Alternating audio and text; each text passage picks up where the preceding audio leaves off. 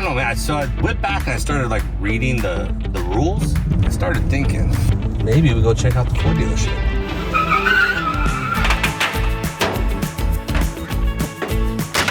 There we go.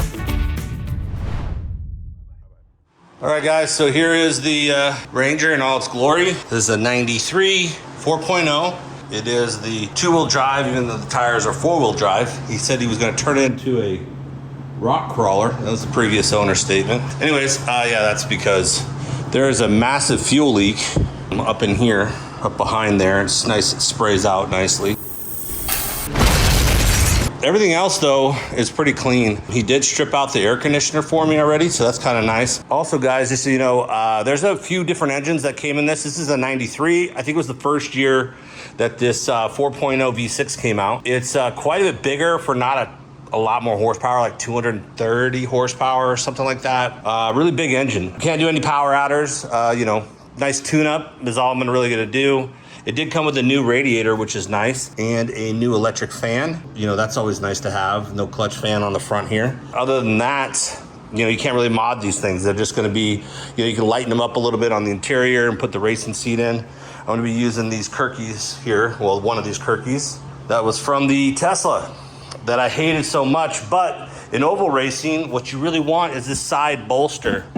And I used to own a actual NASCAR truck. It's actually how I met Cletus, was we both had those NASCAR street legal trucks. Anyhow, they had an amazing side bolster in those seats, and I realized, man, those are the way to go. Very comfortable when you're actually oval racing. So I'm excited to actually put those to use. Right now I'm prepping this to get ready to put a cage in. You just have to put in a bar and then a door bar here. Pretty minimal, nothing too crazy, pretty lightweight. I saw James roll last year and his cage was just a basic cage and it did excellent. It didn't even blow out the windshields. Says I have, what, 51,000 miles on this. The brake pedals and the gas pedal is not too worn, so it actually might not have rolled over. It actually might have that, might have 150,000 miles. But as soon as I get this thing, the fuel leak fixed, we're gonna beat the crap out of it for a little while and make sure that she's as good as can be, and make sure that she at least lasts the entire race. Now, wrecking and dealing with traffic, that's a whole nother topic. So I was like doing all this work and working with the mechanic to help us get the Ranger up and running, that old one that we have, and it just needs a lot of work. I don't know, man. So I went back and I started like reading the rules, and there's no like limit on how new it can be. So I started thinking, maybe we go check out the Ford dealership. I think they have one. I saw one online, but I think it might be over at the commercial side here.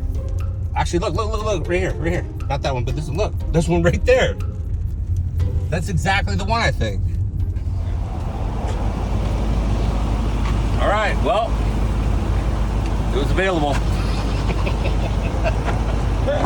Just like that.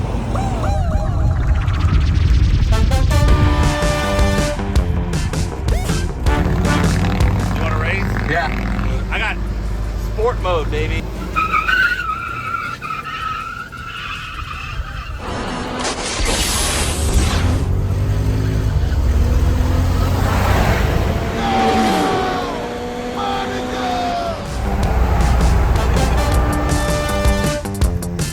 That just happened. Easiest sale of the day. Uncle Chet walks in. Better get your pencil sharp. We are making a deal.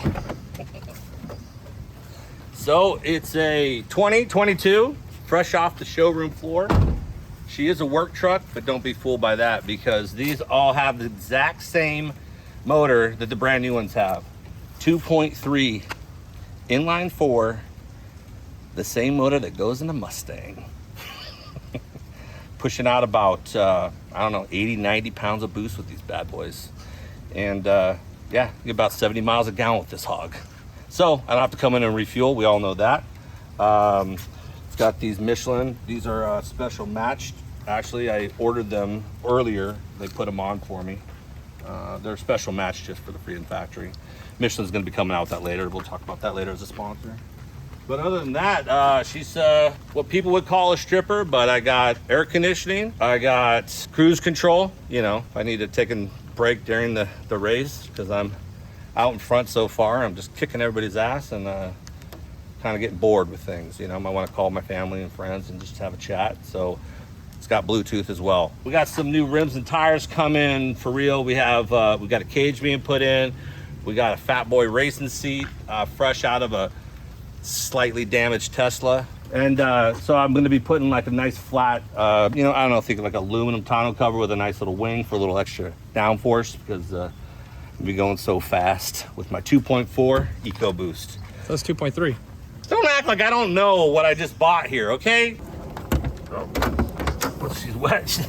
They always slippery when they get wet. Yeah, told you it's a 2.3. Like I wouldn't know what I just bought. And it doesn't have an engine cover. I saved a couple bucks for that, I guess. The guy asked me if I wanted to special order it. I said no, I'm okay without it. So guys, if you're thinking, hey, this is a nice puff marshmallow, it'd be funny to run into him, don't run into me. This is a really nice vehicle. This is gonna get donated to somebody probably, you know, like a Robert or a family member. Not Robert, it's too nice for Robert. Maybe a family member. This is like actually nicer than my dad's truck. I actually feel really terrible. The actually other funny part is like I spent like 5 times the amount on this truck that I'm putting into, not a crash derby race, but into a race. And like my daughter's car, I spent $4 grand on it. Yeah, she thought she was gonna get spoiled. But other than that, we're not gonna have to do anything. This is cool too, I noticed. The actual cold air intake, it literally just goes right there. There's not much to it, so we don't have to mess with it. Actually, I don't think we have to do anything. Roll cage, racing seat. I want to leave the interior. I'm leaving the windows so I can have air conditioning. And that's about it. It's good to go. See you guys October 15th. Danger Ranger 9000.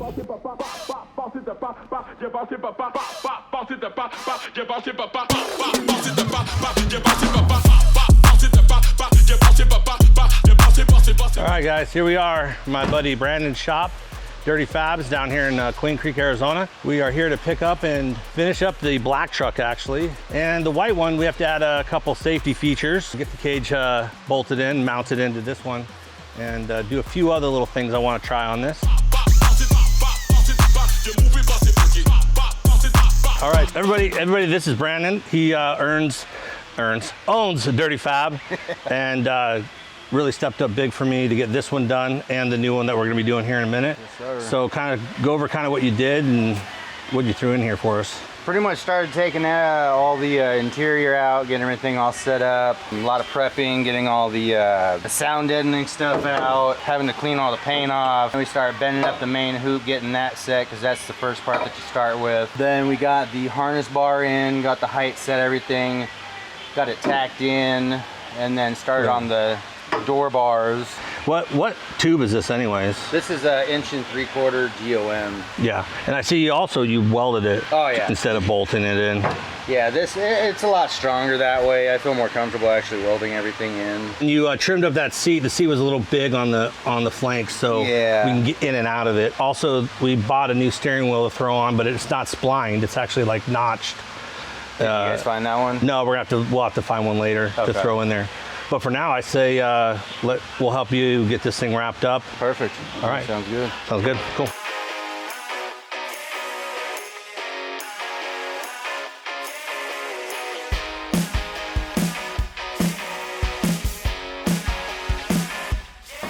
You know me, safety first. Old safety Chet. Learned all my safety from JH.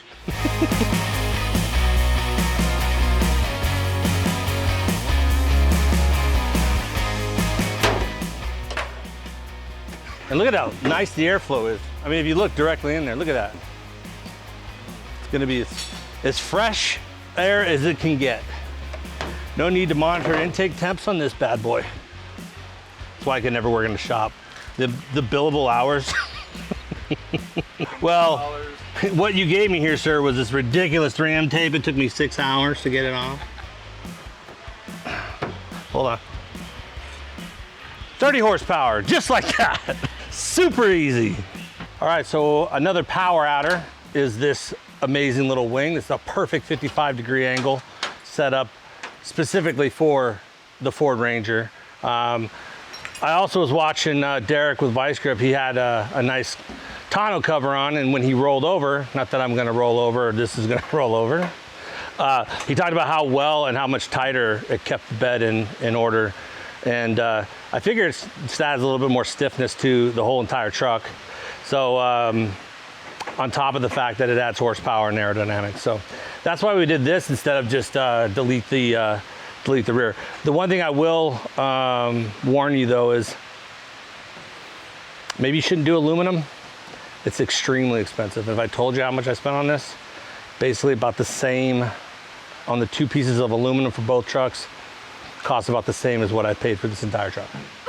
So I know you guys are gonna think it's so funny that Uncle Chet has a brand new truck and you're gonna wanna smash into marshmallow out there. But just in case you do, I want you to think twice about it. I got rough country steel bumpers. Now, these tuck really nice. They're not a push bumper, if you will. So they're really tucked and nice. It's just the factory stuff is so thin on the new things, on the new trucks. It's just like tin. So I figured I'll add some good protection in the rear.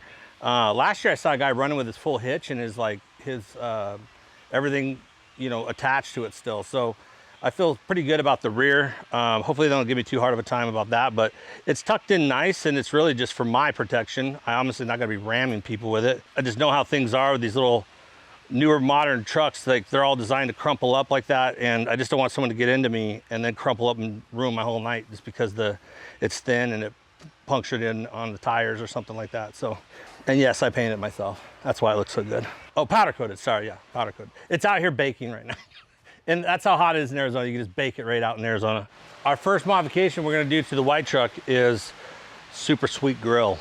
I got it because I wanted to put lights in there, but I cheaped out and I didn't buy the one that had lights included. This should add at least 10 horsepower. I just lost the whole pack of 10 mil multi-pack. They got legs of their own, that's for sure. Like my women, they sneak off in the night.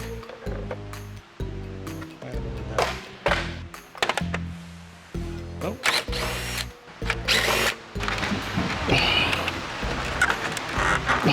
That still doesn't even make sense. You can't yank them, it'll break the nuts. So what? There we go. Perfect. Just like that. Everybody online says, oh, you gotta take this out. All you gotta do is just pop it out. It comes out nice and neat. And it makes it easier to pull out these broken clips. Oh, see? Fun fact, all the Harbor Freight tools I bought to strip the plaid out are still going strong. Tesla plaid, not so much. Woo, it's looking good. Well worth it, $79.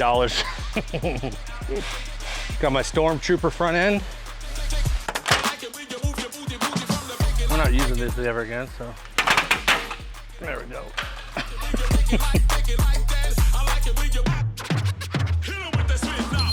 One.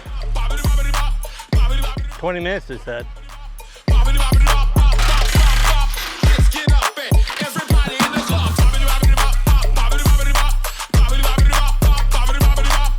We gotta do a few more adjustments to get it lined up right, and she's good to go.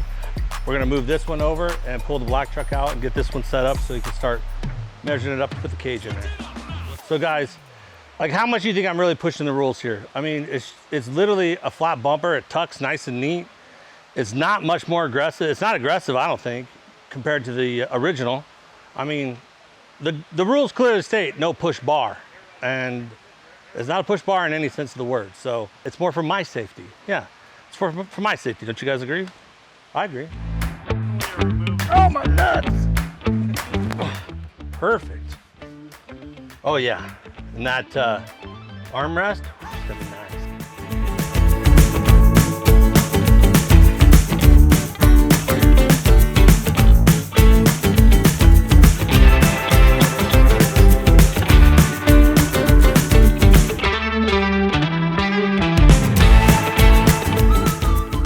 All right, guys, so that was it. We were hustling to the end. We just got the trucks on the flatbed. I just want to thank Brandon at Dirty Fab. He did a ton of work for us. Threw the bumpers on. He did all the cage and all the welding. and put on the back lids and the wing and all the other stuff that we had as the additional pieces to those trucks. So just want to say thanks again. He does an incredible job. He's out here in Arizona. He's a good fabricator. If you guys want to look him up, maybe we can get a link for him, and we'll put it in the description down below. That's it for this episode, and we'll see you guys in Florida. That's just another day chilling with Chet.